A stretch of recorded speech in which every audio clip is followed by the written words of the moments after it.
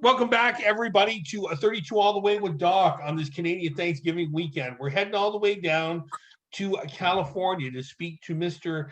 Eric Shapiro. Sir, thanks for your time for coming on 32 All the Way. How are you? How you doing? Thank you so much for having me. No problem, no problem at all. We're going to be talking about your latest work, Red Dennis. Let's give everybody a little bit of a preview here. The new dark thriller by Eric Shapiro. Dennis Fordman has it all. The wife, the kids, the established small business, and yet he's slipping. Something's changing in his mindset. He's regretting all the chances that he never took. And he's getting a bad itch to visit illicit massage parlors. Even worse, he's also starting to talk kind of fun. Only it's not a joke. His strange words terrify his dental hygienist, who tells his whole Northern California community that he harassed her. When Dennis tries to push back, he's met with intense resistance, which is when his troubling thoughts turn into violent ones. A story of red rage, red madness, and a bright red all-American hyper-masculine psycho. Red Dennis gives us a man on the edge, then invites us to follow him down into the abyss. To me, Shapiro is the next Philip K. Dick. He's got the same intelligent voice, vivid characterization, and the absolutely crucial awareness of what is wrong with humankind. Keelan Patrick Burke, author of Currency of Souls. That's quite a accolade to start off with. I love Philip K. Dick. Oh, yeah. That's a strange one because when Keelan, the other author, gave me that blurb, I was more heavily into sci-fi and apocalyptic horror.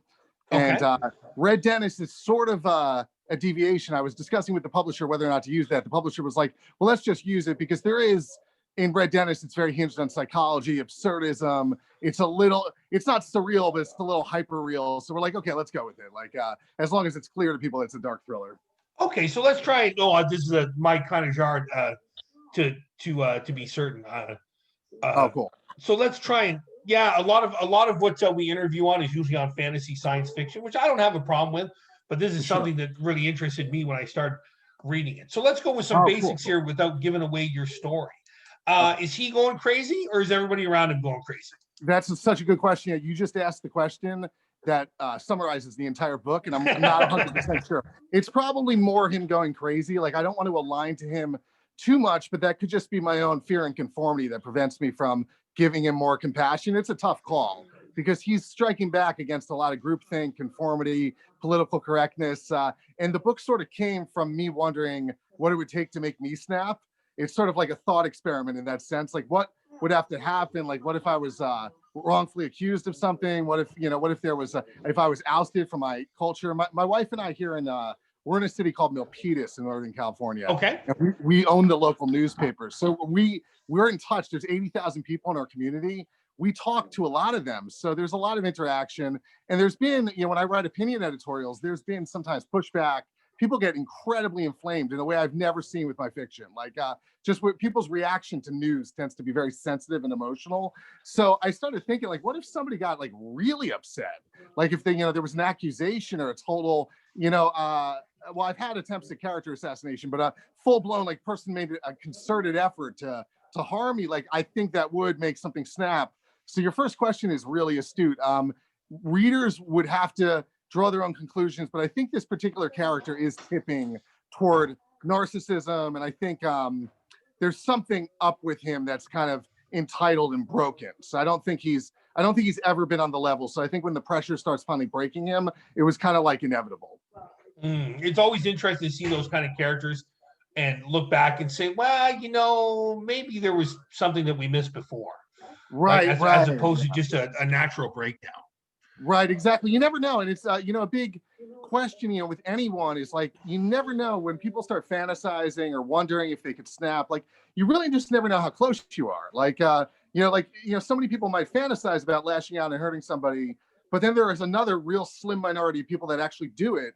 And I can't conceive of myself ever doing it. Like, I would like to think I have too much level-headedness, restraint, compassion. But then again, you got to wonder, like, what would it take? Like, how much anger or injustice would you have to be subjected to righteously be like, all right, enough already?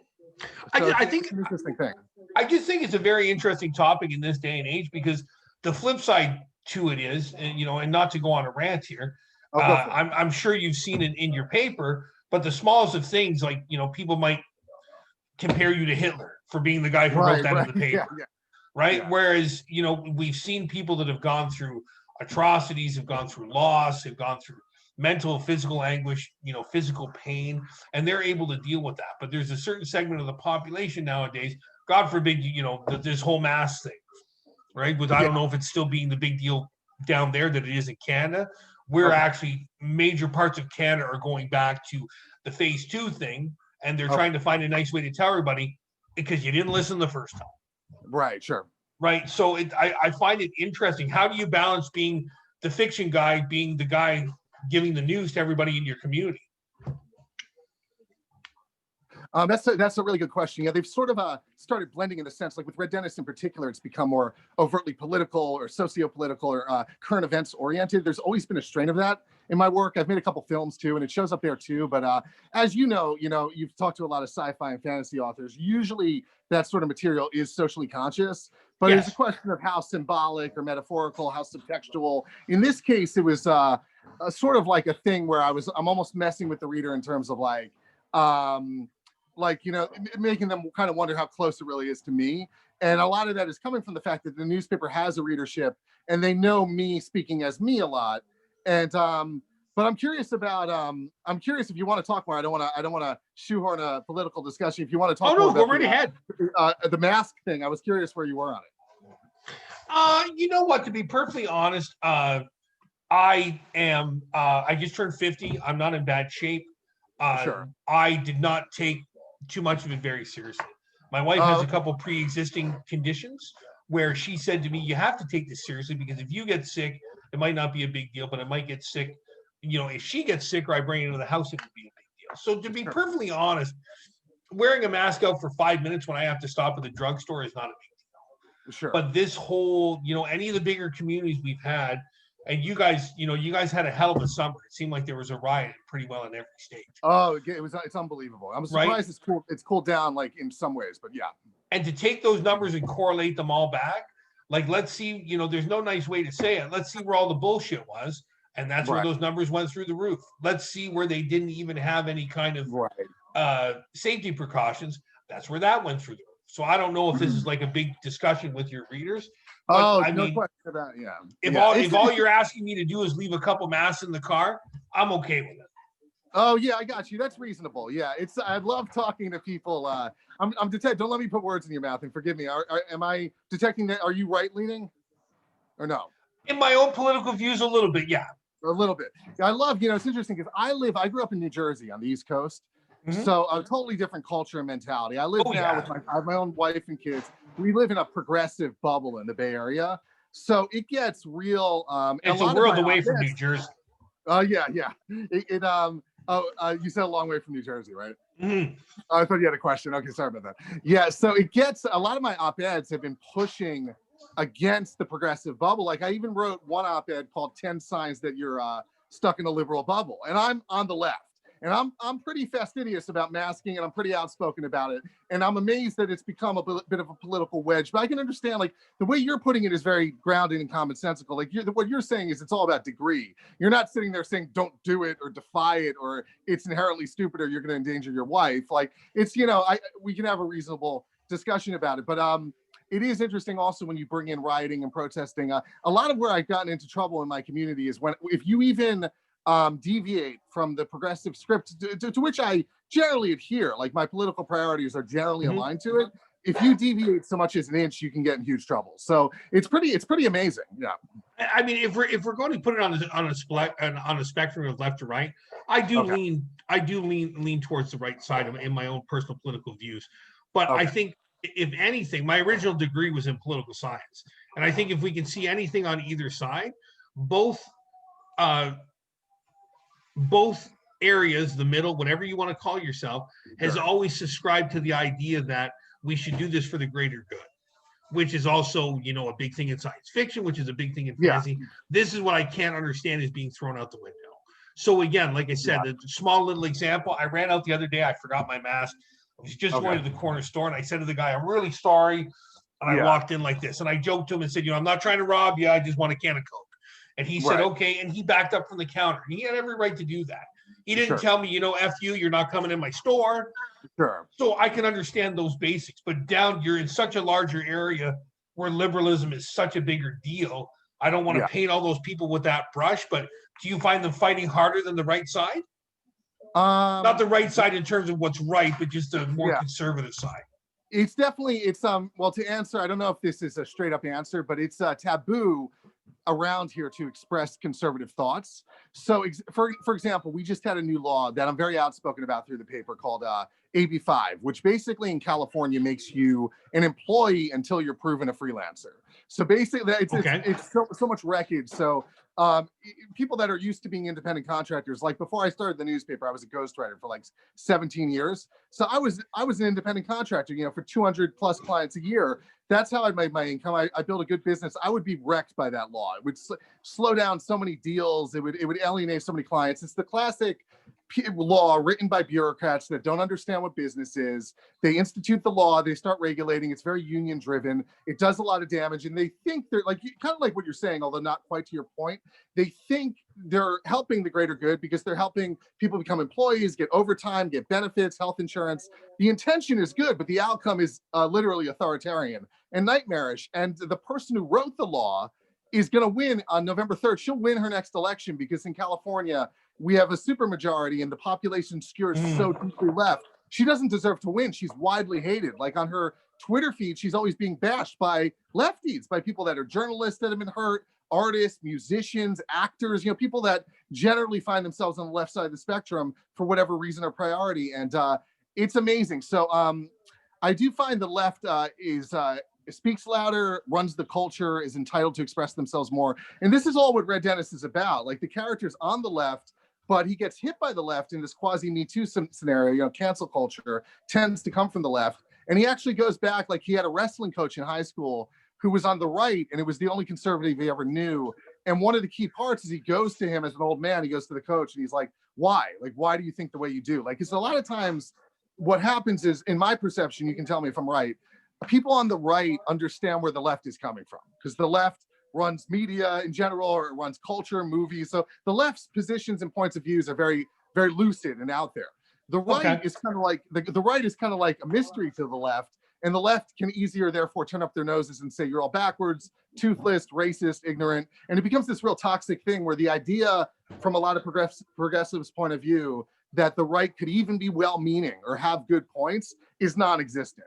And a person like Trump makes this very difficult to have the discussion because the right kind of sees him as this comedian or troll or guy that's trolling or shooting up a middle finger to the system. And the left sees him as the most abhorrent, which I'm on the left around this, like the most abhorrent, offensive, repugnant, unprofessional, incompetent, and the conversation has been destroyed. So, I've tried very hard to stay out of the Trump deal being in Canada, but being originally a political science, what I find fascinating about that whole thing is when this was very first warming up and it was pretty apparent that he was going to win to the presidency, he told the RNC, he told that committee, there's going to be a huge difference between Donald Trump that you're seeing now and Donald Trump, the president.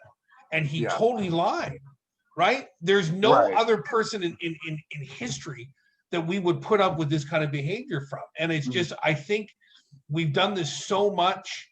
Not to veer the conversation off in another direction. I'm a huge pro wrestling fan. I'm a huge pro wrestling fan. Oh, I am too. Yeah, old school. I've been watching old school like WWF. Like all of it. And Hogan, Hulk Hogan, Terry Bollea, who was a hero to millions of people for years, won that Gawker lawsuit. Won that. He bankrupted Gawker, and his whole thing was, and I'm paraphrasing here, but basically, Hulk Hogan is an American hero. He's never done anything wrong. Terry Bollea, on the other hand, is a piece of shit. Right. And he won that lawsuit. My wife and I watched a documentary, and it was fascinating. He had no problem standing up there because he won. I think he won like $28 million. Who knows what he got after his lawyers? But he had no problem standing up there and saying, Hulk Hogan, eat your vitamins, say your prayers. Terry Bollea is a jerk. And I just like, how far are we going to let that go up into society until we finally say, no, man, we're not doing that right now. Right.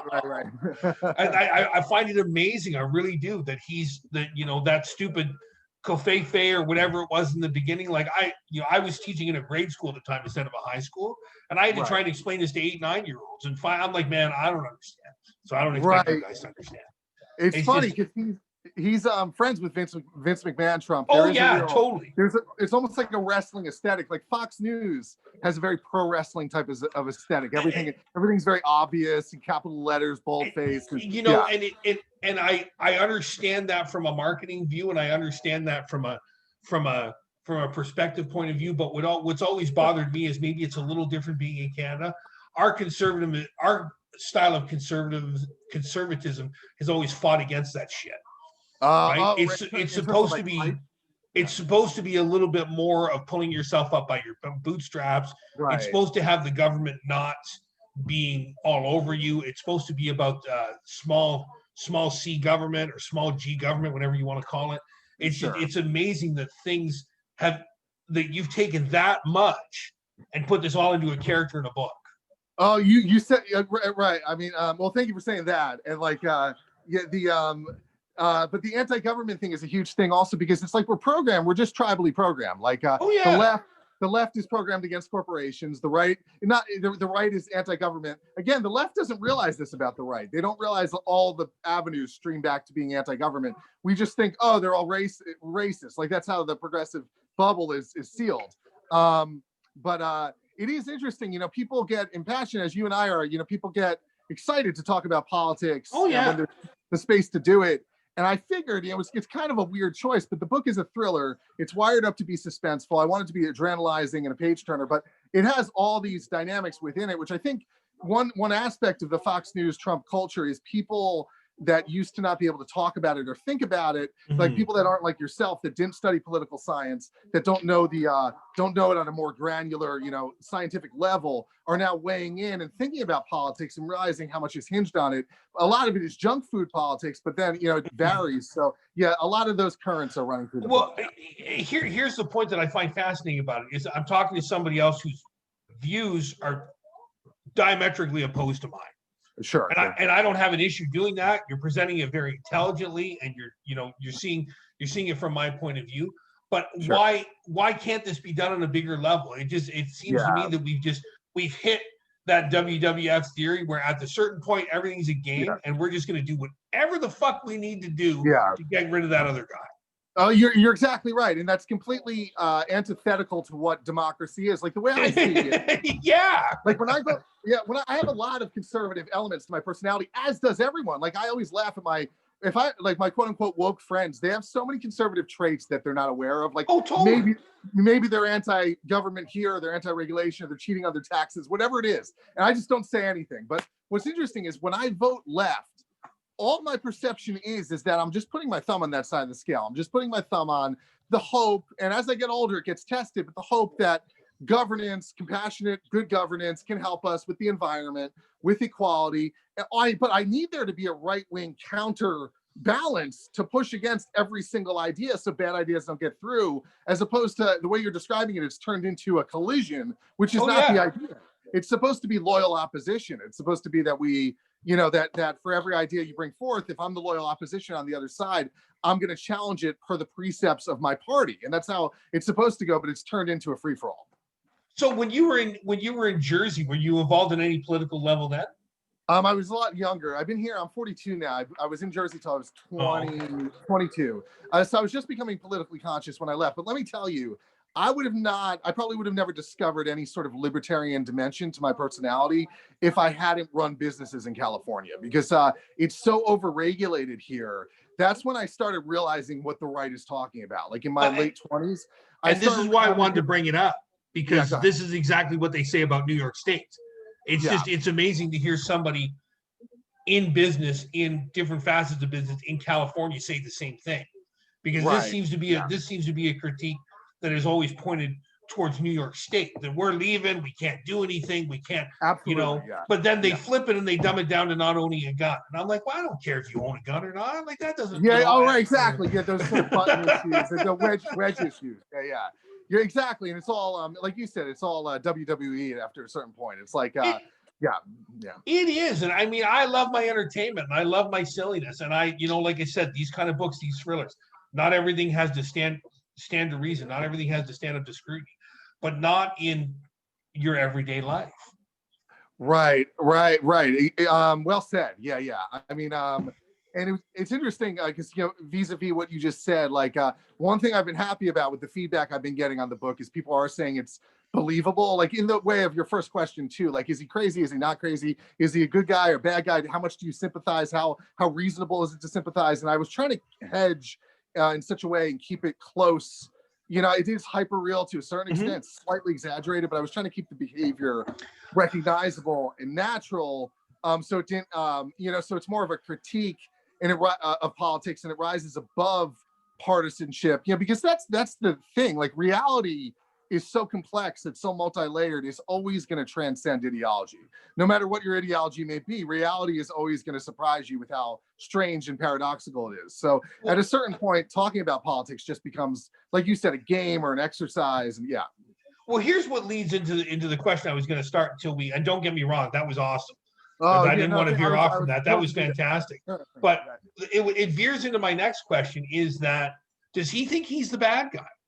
No, because this goes back to the whole wrestling thing. I don't want to trudge up again.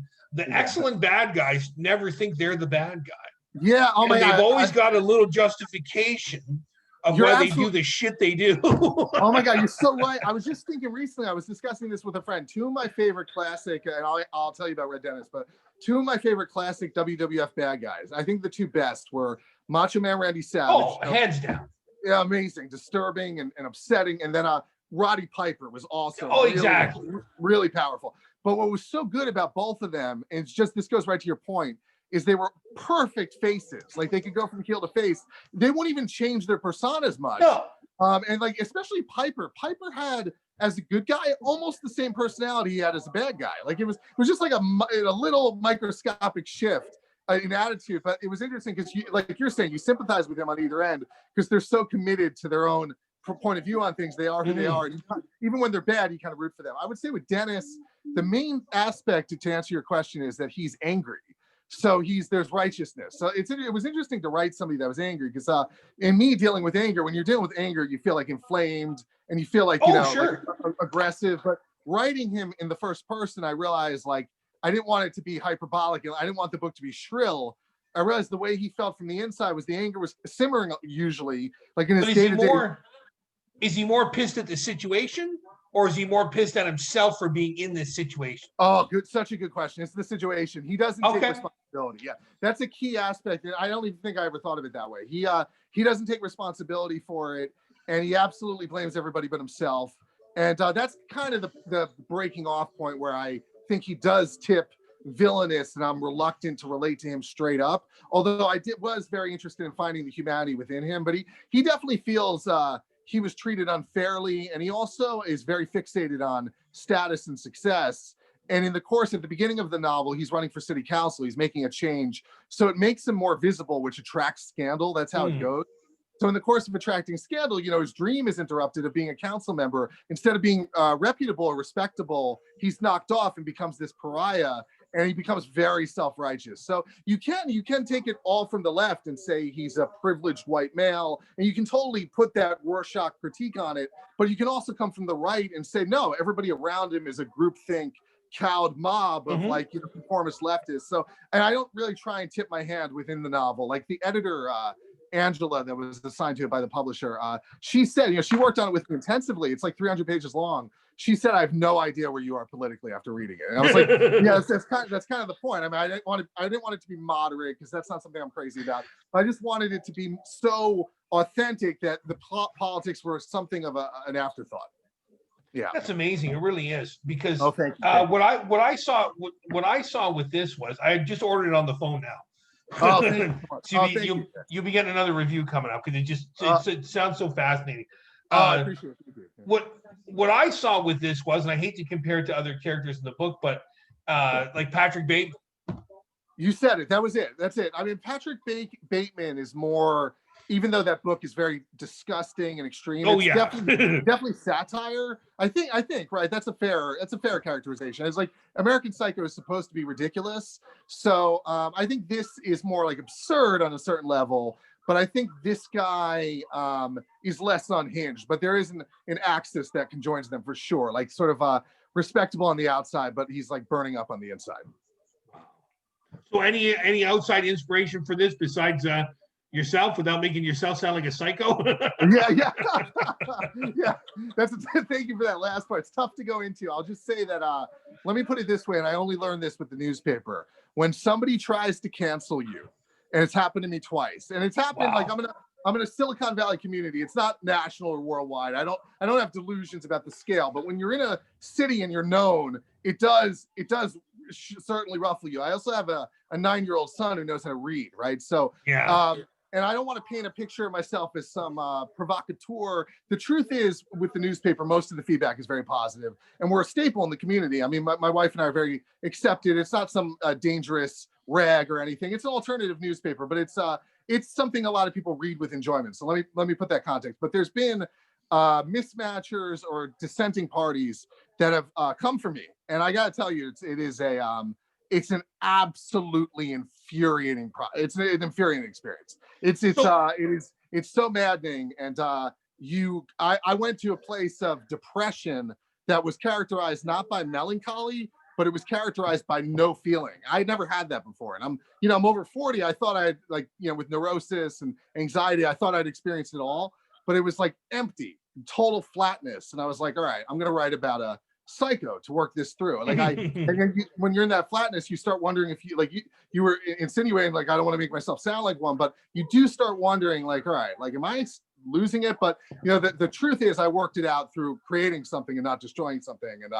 And it passed like any depression does. But yeah, it definitely came from that place. And that's why the politics are so important to the book, and they can't be left out, because they're a part of that whole societal process of like, okay, now here's the male. It's not the time of the male anymore. It's the time of the female. Let's go after him, and you know the rest. So yeah. Now, you were talking about the canceling. I wanted to address this a little bit before we start wrapping up. Were they trying to cancel your paper as a whole, or were they trying to cancel the issue that they were going after you for? They were trying to cancel. In both cases, it's embarrassing to say, but it's true. In both cases, they were trying to get me to shut up. Me. The paper was fine. You in general, like they wanted everything. Okay. Yeah, just the paper was okay as an institution. They would like, the paper's fine, but shut that motherfucker up. Yeah, it's like, okay. All right. Yeah. And let me say again, because it's such a tricky thing to talk about. It's delicate. I would say, like, I walk around, it's a lifelong fantasy. Like, I'll be out taking a walk, or I'll be in the grocery store all the time. People stop me and say nice things to me. They're like, oh, I love that. It was funny, this and that. It's a great thing. Like, as a writer, I always dreamed of that. I never thought it would come through a newspaper, but here we are. It's a really exciting, positive thing. But the price you pay for having the big readership is there's been entities that have taken exception. Oh, yeah. Always. I don't think that'll ever change. And I think no matter how we try and deal with it as people, 100 reviews. And, I've gotten really lucky. I'm about 40 reviews right now, and I got one bad one, and I'm like, motherfucker. You know what I mean? That's the one you think of. Yeah. And then when you stopped and read it, it was like, well, they're grinding on an issue that doesn't really matter. And then, my wife said, look at these other reviews. Like, people are comparing it to this. And that's, it just, nobody likes to be criticized. So the whole idea, that's all how I wondered how I would personally deal with being canceled. If I have to deal with just being criticized on that level, the whole idea of them trying to just cut you out of the paper, like, it's amazing. Oh, it's amazing. And what I read when it started happening, and by the way, I totally relate to that on the reviews. It's kind of like stand-up comedians say they always remember the one face in the audience that's not laughing.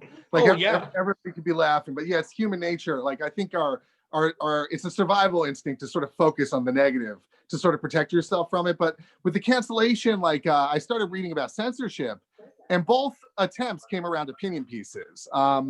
News itself, like reporting itself, can be controversial, but you're stating the facts. So as long as you keep it balanced, and as long as it's fair enough, and you're fact checking, people leave you alone. But opinions are a whole different ball of wax. I mean, then you're really, really in First Amendment land, saying whatever you want. And I'm fastidious with opinions. I don't just spew or rant. I pin them to facts and argumentation. But there was, I started looking up censorship over history, and it always veers toward opinions. I never knew that. So, like, in a little village, like way back when, like in the 1600s, if somebody got ousted or ostracized, it was usually because there was conventional wisdom in the community. And this one person was like, no, maybe whatever it was, maybe we shouldn't, take sheep as our lovers, like whatever the crazy thing was. And then that person was like ousted. And like, I was like, oh, it's always opinions because you can't quantify them. So they're unstable. So that's, and then, it's exhausting. I haven't written an opinion. It's been a couple weeks now, but sometimes I feel like slowing down because I just don't want to hear the noise, positive or negative, because opinions stir up a lot of discussion. Other times I'm like, no, I'm not going to be weak. I'm going to stand my ground. That's really the way to deal with, if ever anybody comes for you in that way with cancellation, you should just keep talking. Like, I don't think you should ever apologize unless you've done something wrong. Like, it's one thing if you've sexually harassed someone, or if totally. Like, if you're caught and you're caught out, an apology is well within reason, or getting your life back together. But if they're just coming for you and distorting things on the basis of what you said or a disagreement, you shouldn't engage. You shouldn't acknowledge. Like, just go write a book and get out of your system. And again, that seemed to be the bigger problem with it, that all these things that they were speaking about in the beginning was fine. And those were a lot of things that should have been addressed. But just, again, like the nitpicky points where it was just like, dude, what are you doing?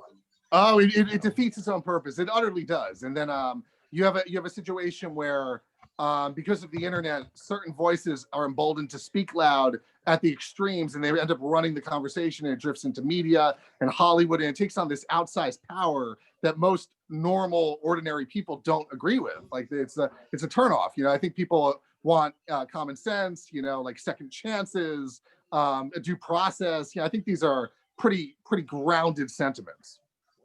You know what? I thank you so much for your time. It is very rare that I get to put my three passions, writing, politics, and wrestling, into one conversation. Oh, I love it.